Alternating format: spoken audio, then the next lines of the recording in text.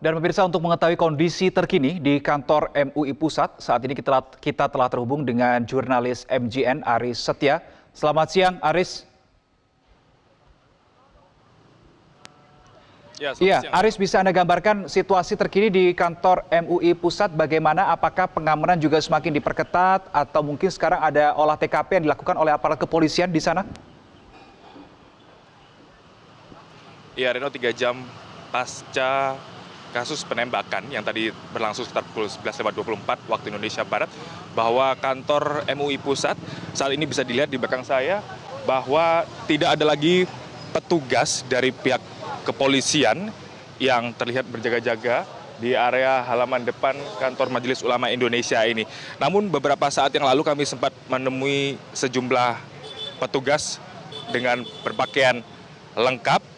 Ini terlihat berjaga di area lobi utama Majelis Ulama Indonesia, kantor Majelis Ulama Indonesia ini. Dan saya itu juga bisa dilihat saat ini ada Ketua MUI Bidang Fatwa, yakni Asrorum Niam, tengah dikelilingi oleh sejumlah rekan-rekan media. Dan kita ketahui bersama bahwa sebelumnya juga Asrorum Niam juga sempat memberikan pernyataan langsung kepada pihak awak media terkait dengan perkembangan kasus penembakan yang dilakukan oleh orang tak dikenal pada pukul 11.24 waktu Indonesia Barat. Dari informasi yang kami terima bahwa memang saat ini informasinya tengah dilakukan olah TKP di dalam ruang ataupun kantor Majelis Ulama Indonesia. Dan selain itu juga jika melihat informasi yang telah diberikan oleh beberapa pihak khususnya dari Kapolda Metro Jaya tadi, yakni Irjen Pol Karyoto, bahwa pelaku penembakan saat ini kondisinya telah dinyatakan meninggal dunia. Dan tadi juga disampaikan kronologis terkait dengan penangkapan dari pelaku ini, bahwa saat melakukan penembakan tadi sempat dilakukan pengejaran oleh beberapa petugas ataupun staf dari kantor Majelis Ulama Indonesia. Dan kemudian saat berhasil diamankan, ini pelaku kemudian dibawa ke polsek setempat, dan melihat kondisi dari pelaku yang kondisi kesehatannya tidak memungkinkan, sempat dibawa ke Puskesmas Menteng. Dan di Puskesmas Menteng dinyatakan meninggal dunia oleh dokter yang memeriksa pelaku. Sampai dengan saat ini kami masih terus menantikan bagaimana terkait dengan perkembangan pemeriksaan terhadap kondisi dari pelaku atau orang tak dikenal yang melakukan penembakan di kantor MUI ini. Kami masih menunggu informasi apakah memang tengah dilakukan penyelidikan secara laboratorium di Rumah Sakit Polri Kramat Jati atau bagaimana. Kami masih terus menantikan informasi tersebut. Dan juga disampaikan bahwa dalam peristiwa penembakan yang berlangsung pukul 11.24 waktu Indonesia Barat tadi, bahwa ada 2 orang pegawai ataupun staf dari Majelis Ulama Indonesia ini yang menjadi korban penembakan. Dari informasi yang kami terima bahwa 2 korban ini, yakni bernama Bambang dan juga Tri, dan mereka mengalami luka di bagian punggung dan juga beberapa bagian tubuh lainnya. Luka yang dialami oleh 2 pegawai MUI ini disebabkan oleh serpihan kaca yang mengenai tubuh korban akibat tembakan yang dilakukan oleh pelaku ke arah kaca yang ada di dalam ruangan atau di dalam lobi kantor MUI. Reno. Baik, Aris, saya lihat di pintu kantor MUI Pusat di belakang Anda itu ada garis polisi yang terpasang. Nah, apakah ini berarti sudah tidak ada lagi kegiatan di dalam kantor MUI dan hanya berlangsung olah TKP seperti yang Anda katakan, atau seperti apa, Aris? Bisa Anda jelaskan? Iya, kemungkinan itu masih bisa terjadi, Reno, bahwa polis lain masih terpasang di beberapa area di kantor MUI ini. Dan kami juga tadi menemui sejumlah petugas kepolisian. Informasinya memang ada kegiatan olah TKP yang dilakukan di dalam kantor MUI ini. Namun saat ini belum ada satupun pihak berwajib baik itu dari kepolisian ataupun dari pihak MUI sendiri yang memberikan keterangan terkait dengan perkembangan olah TKP yang terjadi di kantor MUI ini sendiri. Namun jika melihat kondisi adanya garis polisi di gerbang masuk ini serta di bagian lobi kantor MUI, nampaknya memang proses olah TKP ini masih berlangsung di dalam. Reno. Aris, itu adalah kondisi di kantor MUI Pusat itu sendiri ya. Saya juga ingin tahu kondisi di sekitar kantor MUI Pusat. Misalkan di jalan tempat kantor MUI Pusat itu berada, apakah ada penutupan arus lalu lintas yang dilakukan oleh aparat kepolisian atau seperti apa kondisinya di sana? Bisa Anda gambarkan juga dan mungkin tunjukkan juga visualnya.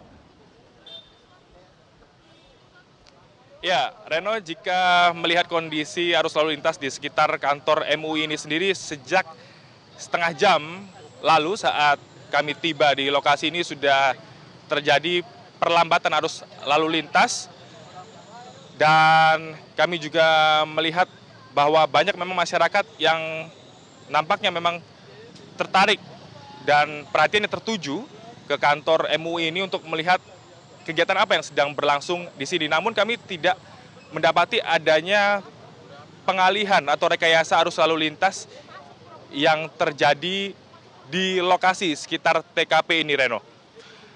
Dan saat ini tengah berlangsung pernyataan resmi yang tengah diberikan langsung oleh Asrorun Niam selaku Ketua MUI bidang fatwa, dan kami mencoba untuk mendekati ke lokasi langsung, Reno, untuk mengetahui langsung seperti apa update atau perkembangan terkait dengan kasus penembakan yang dilakukan oleh orang tak dikenal pada hari ini. Misalnya kasus kemarin yang cukup viral, azan dengan berbagai keanehannya, kemudian sholat perempuan di saf pertama dan sejenisnya. Sekalipun bisa jadi nggak terkait langsung dengan masalah akidah, tetapi perlu ada penanganan agar tidak menimbulkan masalah sosial yang dipicu oleh pemahaman keagamaan. Pak, ada update nggak sih Pak dari korban, Pak? Gimana? Gimana sekarang? Oh, Terbaru. kalau korban, ini tadi barusan saya bersama dengan beliau, dia sudah memperoleh penanganan, ada jahitan 10 jahitan ya di tangan yang Pak Tri ya. Yang Pak Tri ada jahitan 10 di tangan, dan mohon doanya mudah-mudahan terus membaik ya. Baru saja saya temuin dan kondisinya so far sudah membaik dan dia bisa bercerita utuh mengenai kronologinya ya. Dia posisi menghindar dari tembakan itu di balik kaca, tetapi karena kaca terkena peluru, kemudian pecah berserakan dan dia terkena serpihan kaca tersebut. Yang Pak Bambang, Pak, Kalau yang sekarang sedang visum. Pak Bambang lebih parah gitu, Pak? Saya belum tahu persis karena belum ketemu, tetapi sekarang sedang diambil visum untuk kepentingan pemeriksaan lebih lanjut. Di rumah sakit. Kalau yang Pak Tri tadi ditangani di Rumah Sakit Agung, kalau Pak Bambal di RSCM kalau nggak salah ya. Untuk pelaku itu udah dibawa ya berarti, Pak? Oh, nggak disebutkan. Ada beredar juga kurator ketua MUI. Kamera, Mas. Ya, nggak disebutkan ketua MUI karena penyebutan ketua lebih kepada institusi ya, tidak person gitu. Pak, upaya MUI selain meningkatkan keamanan, apakah terhadap ketua atau Oh ya, yang pasti satu, kita mengharapkan ada jaminan keamanan yang lebih. Tetapi kemudian yang kedua, kalau ini dianggap sebagai upaya menakut-nakuti MUI di dalam perkhidmatan untuk amar ma'ruf nahi mungkar, tentu ini tidak menyurutkan sejengkal pun aktivitas Majelis Ulama Indonesia di dalam menjalankan tugas keagamaan dan juga keumatan. Dan insya Allah ya kita tetap berjalan seperti biasa di dalam memberikan pembimbingan kepada masyarakat Muslim dan juga menjalankan fungsi sadiqul hukumah atau mitra pemerintah di dalam mewujudkan kemaslahatan bersama. Pak, tadi pimpinan yang berada di dalam itu ada siapa aja, Pak? Tadi rapat relatif lengkap ya. Rapat dipimpin oleh Wakil Ketua Umum. Wakil Ketua Umumnya 3 hadir. Ada Buya Basri Parmanda, kemudian ada Pak Dr. Kiai Haji Marsudi Suhud, ada Dr. Buya Anwar Abbas, ada Sekjen juga Pak Amir Syah, kemudian ada ketua-ketua cukup banyak, dan saya tadi juga hadir, diawali dengan hybrid, hadir secara virtual, kemudian di akhir saya hadir secara fisik juga. Hasil rapatnya apa Pak? Boleh diulang lagi? Oh enggak, hasil ini kan rapat rutin saja, rapat pimpinan perdana setelah break libur Idul Fitri ya. Jadi sekalian juga halal bihalal secara internal, dan salah satu agendanya adalah menyiapkan agenda halal bihalal MUI bersama Ormas Islam guna memastikan ukhuwah Islamiyah, ukhuwah Watoniyah, dan juga ukhuwah Insaniyah ini terjaga. Di internal Ormas Islam, halal bihalal ini dimaksudkan untuk merajut kebersamaan sesama umat Islam, sekalipun berbeda ormas, berbeda pilihan politik, tetapi tetap disatukan oleh ukhuwah Islamiyah. Di samping itu juga kita mendorong spirit halal bihalal ini dapat menjadi pemantik untuk memperkokoh kesatuan kita sesama anak bangsa atau ukhuwah watoniyah. Pak, tapi usai kejadian ini sudah ada pertemuan antar internal MUI dan membahas. Ya, tadi kan rapat mulai jam 10, setelah itu selesai jam 12. Insiden itu jam 11.15, tetapi belum diketahui secara langsung karena kita sedang rapat kan. Diketahuinya baru jelang penutupan, kurang lebih jam berapa ya, 11.40 begitu. Ada interupsi dari sekretariat yang mengkabarkan ada insiden, kemudian kita lihat bareng-bareng foto kemudian video yang menunjukkan kronologis kejadian. Nah setelah itu ya kita bahas secara internal bagaimana langkah-langkah, dan langkah yang pertama adalah penyelamatan jiwa, memastikan bahwa korban terselamatkan, sehingga kita konsentrasi untuk memastikan korban ditangani secara baik. Gimana? Pak, jadi kan pelakunya sempat 2 kali nemuin Pak Ketua ya Pak ya? Katanya nggak dikenal, tapi kok sempat 2 kali Pak? Oh, bukan menemui, tetapi meminta ketemu. Okay. Ya, meminta ketemu, dan karena memang isi suratnya juga tidak spesifik serta tidak fokus begitu. Karena itu kita juga melihat ini surat yang belum konfirmasi maksud dan tujuannya apa secara eksplisit. Kalau toh ditindaklanjuti, itu ditindaklanjuti dalam bentuk apa begitu ya. Boleh lihat suratnya Pak seperti apa? Boleh Pak.